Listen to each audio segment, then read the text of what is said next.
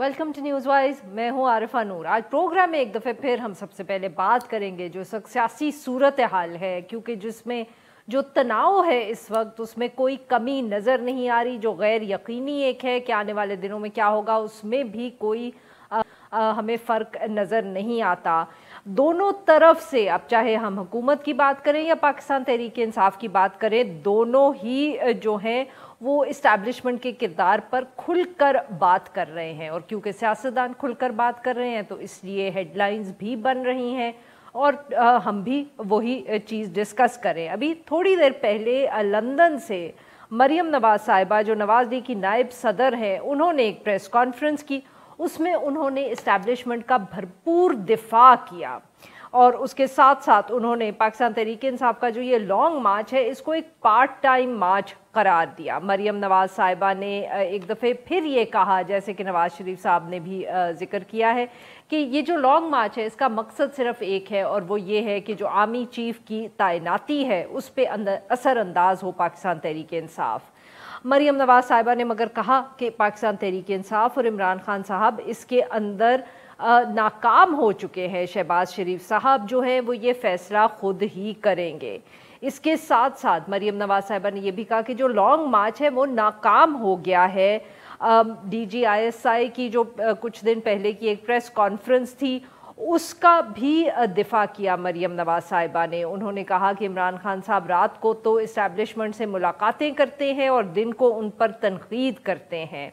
Establishment का अगर जिक्र करें तो इमरान खान साहब जो हैं वो अभी भी उस हवाले से जो अपना एक मौक़िफ़ है तनकीद करते हुए नज़र आ रहे हैं। आज भी उन्होंने कहा कि किसी तरह PDM की एक कोशिश है कि किसी तरह जो हुकूमत है वो पाकिस्तान तहरीक इंसाफ को इस्टेब्लिशमेंट से लड़वा दे। फिर उन्होंने इस्टेब्लिशमेंट को वार्निंग भी दी कि वो हुकूमत को अगर सपोर्ट करेंगे तो उनका इमेज जो है वो ख़राब होगा। क्या ये जो सूरत हाल है इसमें ये यूं ही चलती रहेगी या इसमें हम कोई तब्दीली भी आते हुए दिनों में देखेंगे? कितने दिन इस तरह की ये एक गैर यकीनी सी और टेंस सी जो सूरत हाल है वो चलती रहेगी? इस सारे मामले पे गुफ्तगू करने के लिए आज हमारे साथ मौजूद हैं राना एहसान खान साहब, वज़ीर आज़म के कोऑर्डिनेटर है बराए सनत और तिजारत, और हमारे साथ मौजूद है हसन खावर साहब, एडिशनल सेक्रेटरी इत्तलात Pakistan Tehreek Insaf. Welcome to the show gentleman.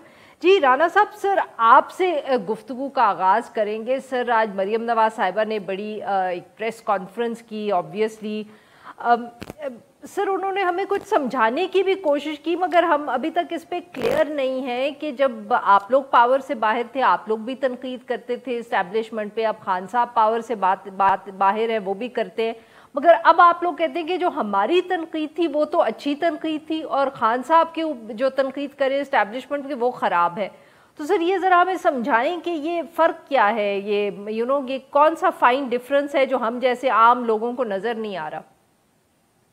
बिस्मिल्लाहिर्रहमानिर्रहीम, बड़ा वाज़ेह फ़र्क है। फ़र्क क्या है कि हम कहते थे कि इस्टेब्लिशमेंट को जो है वो सियासत के अंदर मुदाखलत नहीं करनी चाहिए और अपनी आईनी हदूद में रहना चाहिए। PTI का लीडर क्या कहता है? इमरान खान कहता है कि चौकीदार जो है वो न्यूट्रल नहीं होता, उसको हमारी सिलेक्शन करनी चाहिए, हमारा साथ देना चाहिए। वो कहते हैं कि जो जानवर हैं वो भी न्यूट्रल नहीं होते, तो ये न्यूट्रल क्यों है? और वो कह रहे हैं कि हमने जो है ये इलेक्शन के लिए हम बातचीत जमहूरी जो PDM है जो कि इस वक्त इक्तदार में है उससे नहीं हमने बातचीत करनी, हम तो एस्टेब्लिशमेंट से बातचीत करेंगे कि हमें इलेक्शन जल्दी दे दो। तो ये बड़ा बड़ा वाज़ेह फर्क है, यानी कि ये पाकिस्तान की तारीख का यूनिक एक दौर है कि एक जमहूरी पार्टी। जी जी जी राणा साहब, बट जो आप कह रहे हैं कि आप लोग चाहते थे कि वो सियासत से बाहर हैं, तो सर जो अगले दिन प्रेस कॉन्फ्रेंस हुई है DGISP और DGISI की, उन्होंने तो सर सारी सियासी गुफ्तगू की, सियासी सवालों के जवाब दिए, तो वो कैसे आप कह सकते हैं वो सियासत से दूर है? नहीं, देखें, जब इमरान खान ऐसा तासर देंगे कि जो अरशद शरीफ शहीद हैं उनकी मौत के पीछे जो है एस्टेब्लिशमेंट है, जब वो उन्होंने इस तरह का बड़ा क्लियर कट तासर दिया, जब वो एस्टेब्लिशमेंट को कहेंगे कि ये मीर सादिक मीर जाफिर हैं और उनको ललकारेंगे, रोज कहेंगे कि चौकीदार को न्यूट्रल नहीं होना चाहिए, और फिर पसे पर्दा वो उनको कहेंगे कि आप इलेक्शन जल्दी करा दें और फिर उनको गद्दारी के लकब से वो नवाजेंगे। तो उन्होंने अपनी फैक्ट जो है वो अवाम के आगे रखे कि हकायक क्या है। मैं नहीं समझता कि वो सियासत में आए। उन्होंने एक फैक्चुअल और फैक्ट बेस उन्होंने बातचीत की कि क्या हकायक रहे। उन्होंने नो कॉन्फिडेंस को या जो साइफर था उसको उन्होंने ड्रामा कहा, जो कि वो ड्रामा है। अब एक जो एजेंसी का जो चीफ है उसका काम है कि वो आलमी साजिश को बेनकाब करे और आलमी साजिश के पीछे जाए। जब आलमी साजिश है ही नहीं और एक आदमी झूठ बोली जाए और अवाम को गुमराह करे, तो फिर एजेंसी ने अपनी जिम्मेदारी जो है वो वो पूरी की और उन्होंने अवाम तो को बताया कि ये आलमी साजिश का छह ड्रामा है। महीने क्यों लगे उन्होंने ये फैक्ट्स हमारे सामने रखते हुए?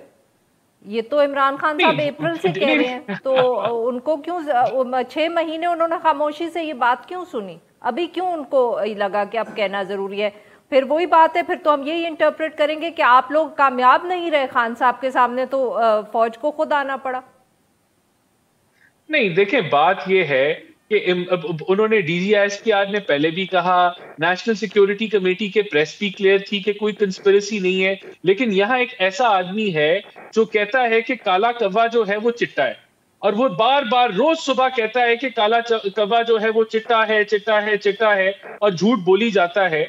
तो फिर उसका जो कल्ट है वो उसको मान लेता है। उसका जो कल्ट है वो मान लेता है कि जो दिन है, जब उसको वो कहता है कि दिन नहीं रात है, तो वो दिन को रात मान लेते हैं और रात को दिन मान लेते हैं।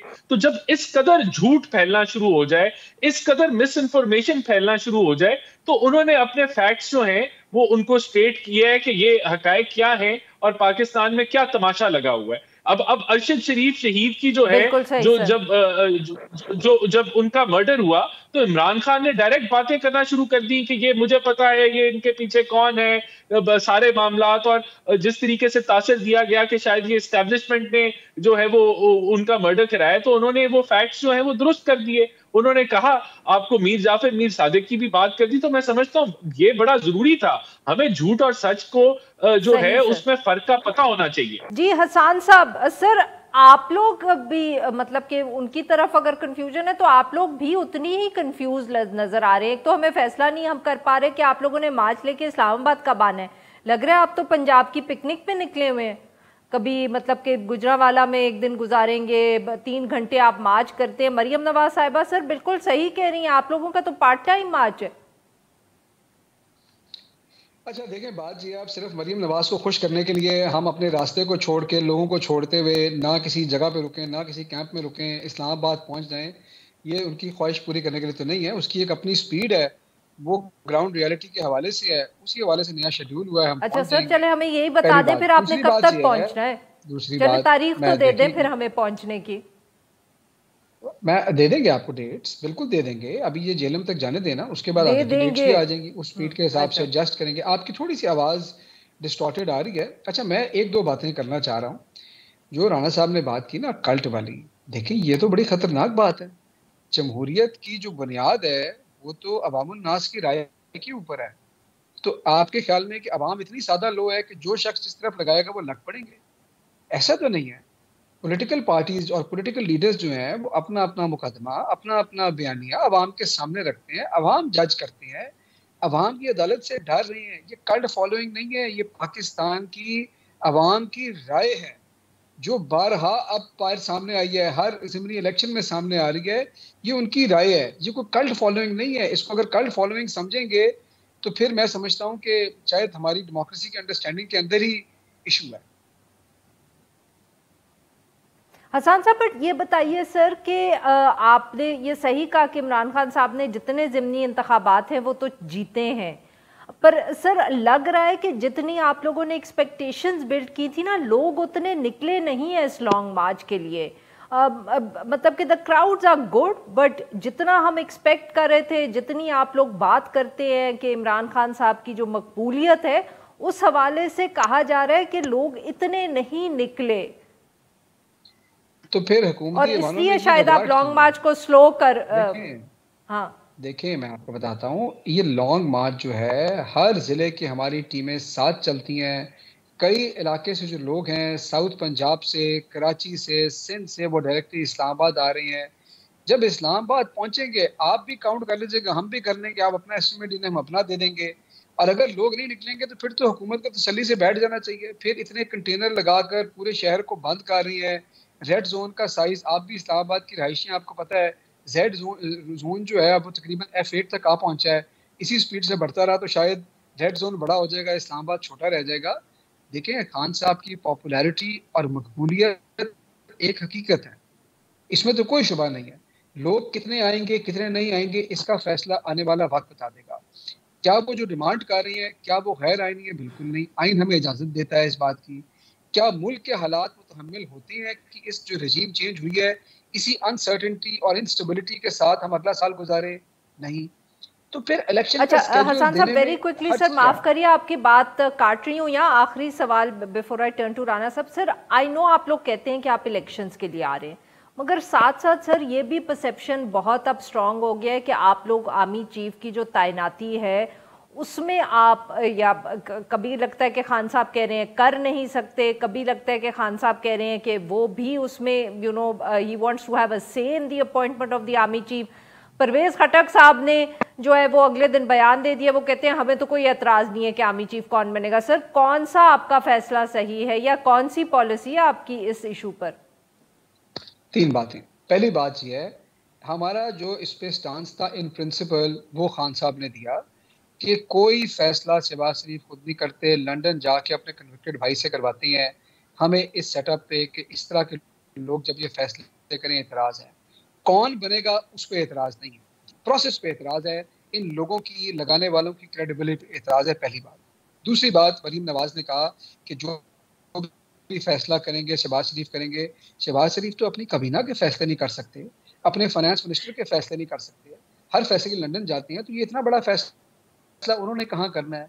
और तीसरी बात यह है कि अगर लॉन्ग मार्च इसी वजह से इनको लगता है तो कर दें अनाउंस, फिर अपॉइंट कर दें, मसला क्या है? अगर इनका ख्याल है इसलिए लॉन्ग मार्च हो रहा है तो खत्म हो जाएगा। आखिर जो पूरे इस्लामाबाद तो राणा साहब ये बड़ी अहम बात हसन साहब ने कही है, सर आप कर क्यों नहीं देते अपॉइंटमेंट आर्मी चीफ की अगर आपको लग रहा है कि खान साहब की दिलचस्पी उसी में है? Call his bluff, call the appoint the army chief, let the matter be over. देखिए हमें नहीं लग रहा, इमरान खान साहब ने इसको बरमला कहा है कि ये इनको नहीं अपॉइंट करना चाहिए, इन चोरों को नहीं करना चाहिए, जबकि चोरी के उनके ऊपर खुद जो है वो तोशा खाना की करप्ट प्रैक्टिसेस का जो है वो साबित हो चुका है, इसी तरह फॉरेन फंडिंग साबित हो चुकी है। तो ये उन्होंने खुद कहा है, हमें लगता नहीं है, उन्होंने कहा है।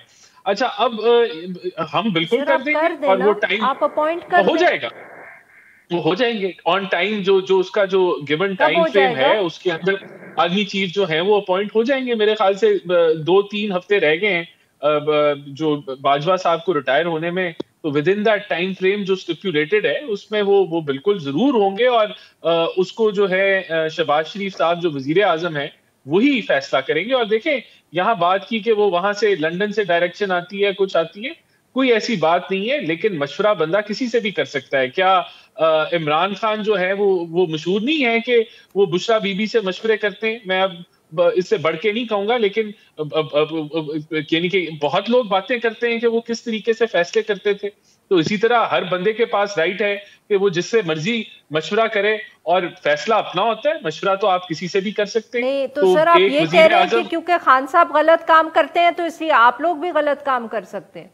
Is that what your argument is?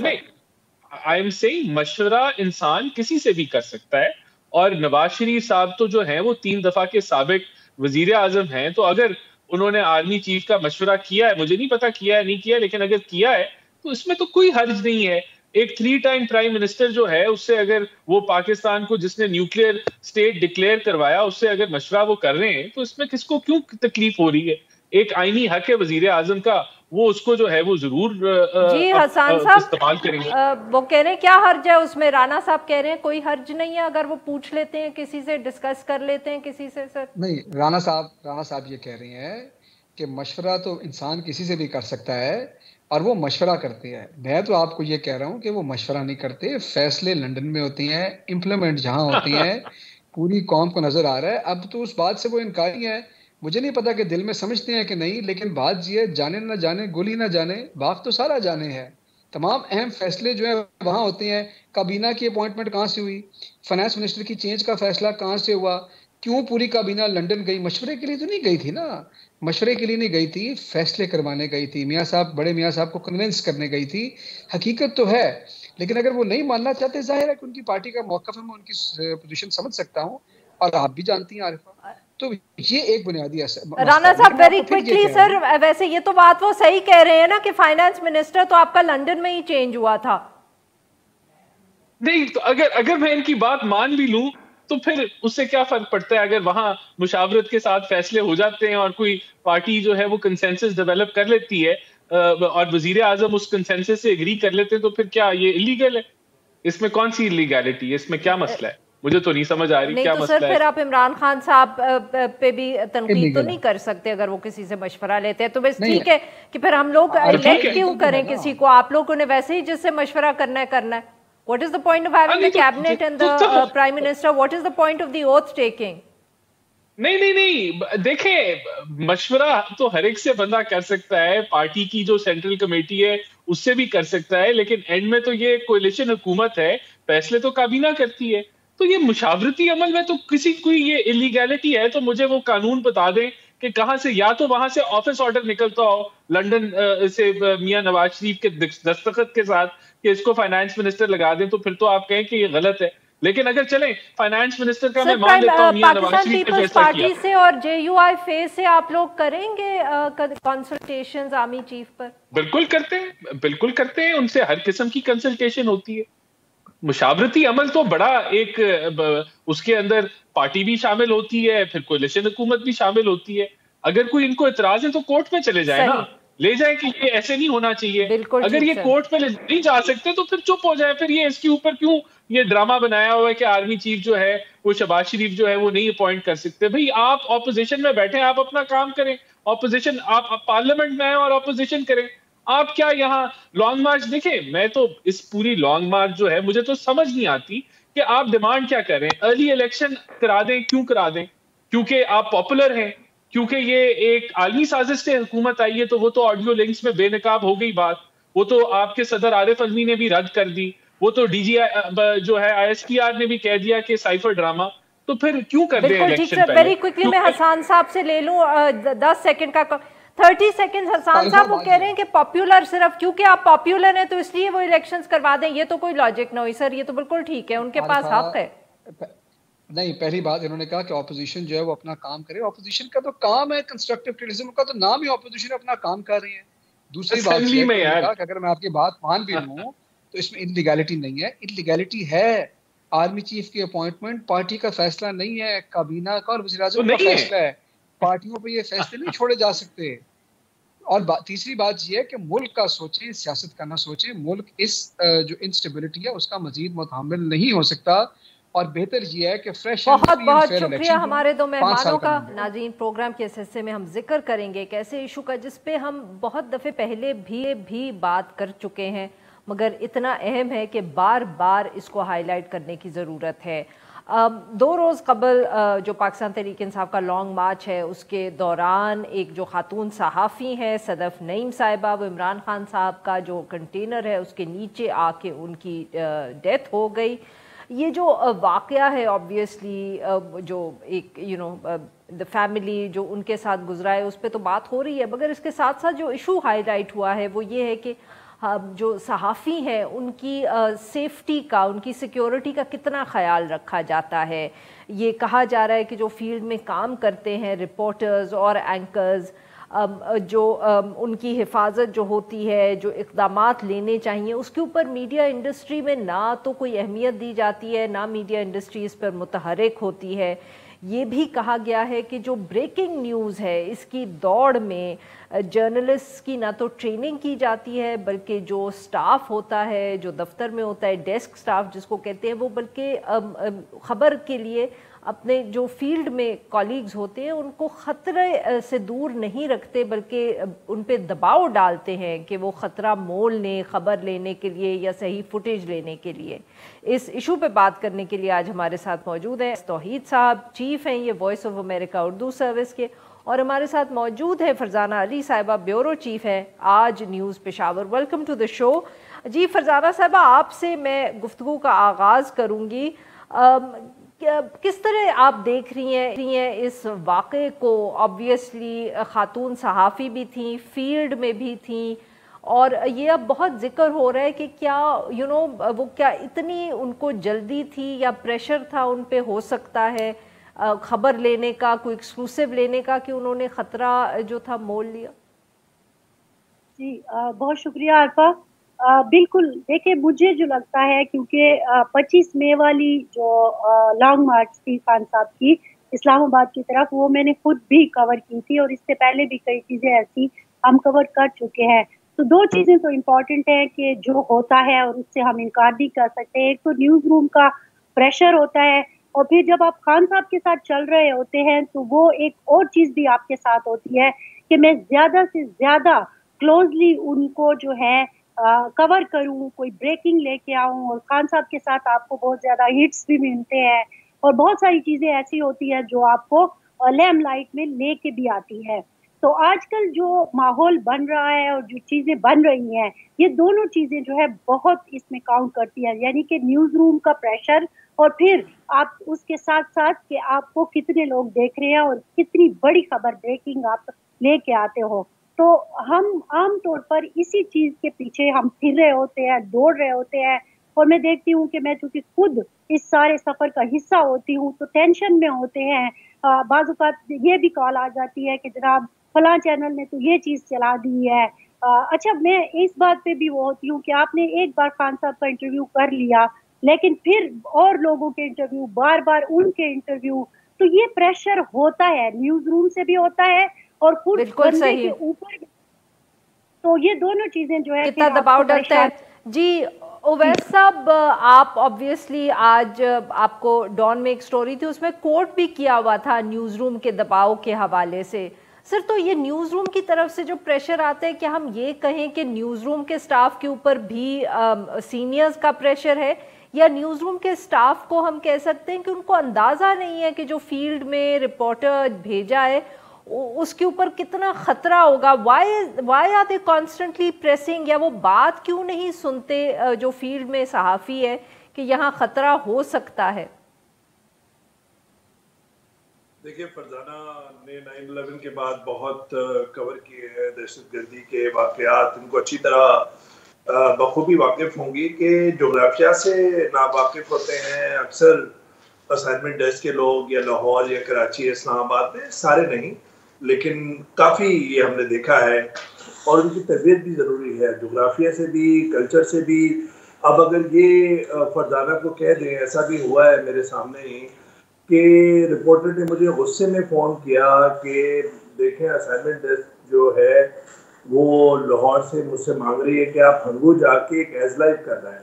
अब ये आपको पता है आपका कि कितना रास्ता है पेशावर से हंगू का, तो ये अंदाज़ा नहीं है। हंगू के अंदर सेक्टेरियन टेंशन हैं, वहाँ पे उस वक्त दहशतगर्दी के वाक़यात थे। आपने तो सिर्फ एक फ़ोन उठाया, कह दिया कि आप चले जाएँ और एज लाइव करके ले आए 2-2.5 मिनट का, विदाउट नोइंग कि जोग्राफिया क्या है। मैं अक्सर, आपने चूँकि यही सवाल किया तो मैं इसी सवाल पे, मैं जब भी हायरिंग करता था, मैं ज़्यादातर एंकर्स और रिपोर्टर से पूछता था कि मीरान शाह कहाँ है, मीर अली कहाँ है, तीरा वैली कहाँ है, पारा चिनार कहाँ पे है। अक्सर लोग, इवन वाना हज़ारों दफ़ा अखबारों में आ चुका है, लेकिन नहीं पता होता था। और हायरिंग की एक मेरी ये होती थी कि हाँ देखो पढ़ता है या नहीं पढ़ता, ये वाकिफ है या नहीं है। तो अक्सर हमारे न्यूज़ रूम कंज्यूम्ड हैं इस पॉलिटिकल, कियोटिक पॉलिटिकल जो एक हमारे यहाँ रेटरिक है, चाहे वो तहरीक इंसाफ का हो, नून लीग का हो, या पाकिस्तान पीपल्स पार्टी का, या एमकेएम का। ये अर्बन सेंट्रिक मीडिया जिस नावाकिफ है, और इनकी तरबियत बिल्कुल ज़रूरी है, इंक्लूडिंग आरसेल्फ।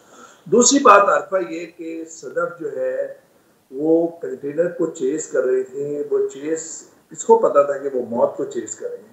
ये न्यूज़ रूम में पता होना चाहिए था कि दसियों हज़ार वहाँ पे लोग बैठे खड़े होंगे, वहाँ पे झमघटा होगा। ऐसे में आप किस चीज़ की फुटेज मांग रहे हैं, किस चीज़ की मांग रहे हैं। और ये चैनल जो है जिस चीज से ताल्लुक था। यहाँ पे पहले भी एक नाखुशगवार वाकया हुआ है क्योंकि इन्होंने सैलरीज नहीं देते। पूरी मीडिया इंडस्ट्री की बात करते हैं आरफा, अगर आप इजाजत दें, देखिए दर्जनों हमारे यहाँ news and current affair channels हैं, इंश्योरेंस कितने हैं आपके, हेड टू टू इंश्योर्ड है यहाँ पे रिपोर्टर, न्यूज रूम का स्टाफ। क्या ये हेलमेट हर डीएसएनजी के अंदर 3-3 हेलमेट्स और 3 बुलेट प्रूफ जैकेट्स होती है? नहीं होती है। तो और दूसरा ये कि पैमरा है, पीबीए है, हमारी इवन इंक्लूडिंग जो हमारे पीएफयू जो है जिसको हम बिल्कुल डिसिप्लिन में हम है उसके, क्या ये जोर देते हैं ये हिफाजत पे, सिक्योरिटी पे, सेफ्टी पे, या लिप सर्विस होती है? देखें ये फॉलोइंग शॉट, और हर जगह पे कॉन्फ्लिक्ट जोन में, वॉर जोन में, सिर्फ एक जुमला मुझे बोलने दीजिएगा, वहां पर आपकी तरबियत जरूरी है कि आपकी कॉन्फ्लिक्ट जोन के लिए ट्रेनिंग हुई या नहीं हुई है। मुझे एएफपी से, बीबी से बात सर, वैसा सर क्या हमारी जो सहाफ़ी ऑर्गेनाइजेशंस हैं वो यहाँ कोई रोल प्ले कर सकती हैं? आपने मीडिया ओनर्स की ऑर्गेनाइजेशंस का तो जिक्र किया है, पर वहाँ से तो अभी तक कोई ऐसा एफर्ट नहीं हुआ। क्या जर्नलिस्ट ऑर्गेनाइजेशंस कोई रोल प्ले कर सकती हैं इस हवाले से? देखिए रोल प्ले करती हैं, महदूद उसमें प्ले करती हैं, रोल प्ले करती हैं। सेफ्टी सिक्योरिटी पे कई दफ़ा डेलिब्रेशन हो चुकी हैं, बिल बनते हैं। अभी सिंध हुकूमत से बिल जो है वो मंजूर होना है, सारी चीज़ें तय हो गई। लेकिन बात ये कि जो आखिर में आके आप हुकूमत से हेलमेट्स मांगेंगे या फिर अपने इदारे से मांगेंगे? इंश्योरेंस आप हुकूमत से मांगेंगे या अपने इदारे से मांगेंगे? क्या ये मुझे और आपको शर्मिंदगी का मुकाम नहीं है कि 50 लाख या 10 लाख रुपए अपने साथी जब मर जाए तो उसकी ओनरशिप लेती है उसका इदारा, और जब वो जिंदा होता है उसकी ओनरशिप नहीं लेती? पूछे मैं फरजाना से, बलूचिस्तान के दूर दराज इलाकों में, खैबर पख्तूनख्वा के दूर दराज इलाकों में कॉन्ट्रैक्ट तक नहीं होता। आप अंदाजा लगाइए जब वो खुदा ना खास्ता अगर वो मर जाता है तो फिर धड़ाधड़ स्टोरियां चलती हैं कि हमारा जो है स्टाफर शहीद हो गया। ये सारे इदारे नहीं करते, लेकिन बेशतर इदारों का रवैया यही है। तो मेरा मानना यह है कि हुकूमत जो इंफॉर्मेशन मिनिस्ट्री डिसइंफॉर्मेशन फैलाती है वो इसमें अपना रोल प्ले करे। पीबीए जो टाइटन स्क्रूज करता है चैनल्स पे, जब चाहा केबल ऑपरेटर्स को कह के इधर उधर नंबर करा दिए, वो जब लाइसेंस देते हैं तो ये मैंडेटरी करे कि भाई आपकी फाइनेंशियल हेल्थ क्या है, क्या आप हर महीने दे सकते हैं, सैलरी नहीं दे सकते, इंश्योरेंस देंगे, आप पे पेनल्टी उस पे लगेगी। पेनल्टी इस पे लगेगी कि आपने जो है फला उरिया जो है तस्वीर चला दी और फहाशी का ये कर दिया। तीसरी बात, आखिरी बात ये मैं कहूंगा, इदारे जो हैं, जो स्टेट रन ऑर्गेनाइजेशंस हैं, उन पे ये लाजिम है कि वो ये अपनी डीएसएनजी अपनी वैन्स के अंदर 2-2, 3-3 किट्स रखें, और रिपोर्टर पे ये लाजिम है कि जब भी वो ऑन एयर आए और फील्ड में आए वो हेलमेट और बुलेट प्रूफ वेस्ट पहने। मैं समझता हूं कि एक भेड़ चाल चलने में हम कहीं मजीद अपने साथी ना खोएं और अपने इदारों को जो एक बेसिक। जी फरजाना साहिबा, जो उवैस तौहीद साहब ने बातें की है वो वही वाली फरजाना साहिबा सवाल के बहुत अच्छी उन्होंने सजेशंस दी हैं, पर इनको फरजाना साहिबा इम्प्लीमेंट हम कैसे करवा सकते हैं? देखिए इम्प्लीमेंट तो हमने खुद करना है। सबसे पहले इदारों के अंदर हमें आवाज़ उठानी होगी। मैं आपको एक छोटी सी मिसाल देती हूँ कि मुझे याद है कि पेशावर में एक हमला हुआ था एक इदारे के ऊपर, अगर आपको याद हो तो जरी कॉलेज था, ट्रेनिंग सेंटर था उसके ऊपर। अब वो बस्ती रोड के एक तरफ वो जरी ट्रेनिंग सेंटर था, दूसरी तरफ यूनिवर्सिटी में सिक्योरिटी फोर्सेस बैठी हुई थी। अब वो दोनों एक दूसरे के ऊपर क्रॉस फायरिंग कर रहे थे और दरमियान में रोड के ऊपर मीडिया खड़ा हुआ था। मुझे याद है कि मैं खुद भी लाइव बीपर कर रही थी और एकदम फायरिंग शुरू हो गई। मैं लाइव बीपर से हट के अपनी डीएसएनजी के पीछे चली गई और मैंने बीपर में ही ये बात कही, फायरिंग बहुत ज्यादा हो रही है और मैं आपको लाइव बीपर नहीं दे सकती, आप मुझसे फोन पे बात करें। और फिर हम अपनी बात जो थी, मतलब जो रिपोर्टिंग थी वो हमने की। पहले तो रिपोर्टर को खुद आवाज उठानी होगी कि भाई मेरी जिंदगी जो है वो खतरे में। देखें अब सदफ मर गई, वो तो अल्लाह को प्यारी हो गई, उसकी जिंदगी का नेमो बदल हो सकते हैं ये पैसे या ये उनको उसको शहादत के डब्बे में बंद करना। और आई एम सॉरी, मैं जरा थोड़ी सी तल्ख हो रही हूँ, लेकिन ये सारी चीजें हैं क्योंकि हमने कई लोगों को अपनी आंखों के सामने इसी तरह मरते हुए देखा है और ये रोज हो रहा है, तो ये नहीं होना चाहिए। दूसरा, इदारे के अंदर आप आवाज जो दूसरी उठाएंगे वो ये होंगे कि इस तरह के मामलात में SOPs बनाए जाए। अभी दहशतगर्दी शुरू हुई है, आपने देखा होगा कि फिर से वो तालिबान का इमर्ज होना और ये सारा, तो हमने सबसे पहला काम ये जो किया वो ये किया कि SOPs बनाए कि डू एंड डोंट्स। देखिए, आपको कोई जरूरत नहीं है हीरो बनने की और चीजें ला के सामने लाने की, जबकि पैमरा आपको इजाजत नहीं दे रहा, इदारे आपको उस खबर को देने की इजाजत नहीं दे रहे, तो बस आप ना देना, आप क्यों हीरो बन रहे हैं। तो मेन चीज ये है कि सबसे पहले हम खुद एज ए जर्नलिस्ट, ठीक है हमसे भी गलतियां होती हैं, जैसे मैंने आपको कहा ना कि मैं लाइव खड़ी हुई थी, मुझे नहीं खड़े होना चाहिए था। और इसी का मैं आपको एक वाकया बताऊं कि इसी वक्त जब मैं ये कर रही थी और मैं 1122 वाले से एक शॉट ले रही थी, इसके बाद जब हालात कुछ बेहतर हो गए और फायरिंग बंद हो गई और काबू पा लिया गया वाकये पर, तो वो तस्वीर अफसार आलम उस वक्त जो है पैमरा के हेड हुआ करते थे, उन्होंने मेरी तस्वीर खींचकर मेरे हेड को भेज दी और कहा कि मुझे लगता है कि फरजाना को बताना चाहिए कि उन्होंने गलती की है कि 1122 का काम इस वक्त लोगों की इमदाद करना है, बिल्कुल सही, रुकावट डालनी है। तो ये सारी चीजें हमें खुद तय करनी है कि क्या सही है और क्या गलत है, तो मेरा ख्याल में फिर हमारी जान बच सकती है। बहुत बहुत शुक्रिया हमारे दो मेहमानों का, उन्होंने हमारे लिए वक्त निकाला। नाजरीन, आज के लिए बस इतना ही। We'll be back tomorrow at the same time.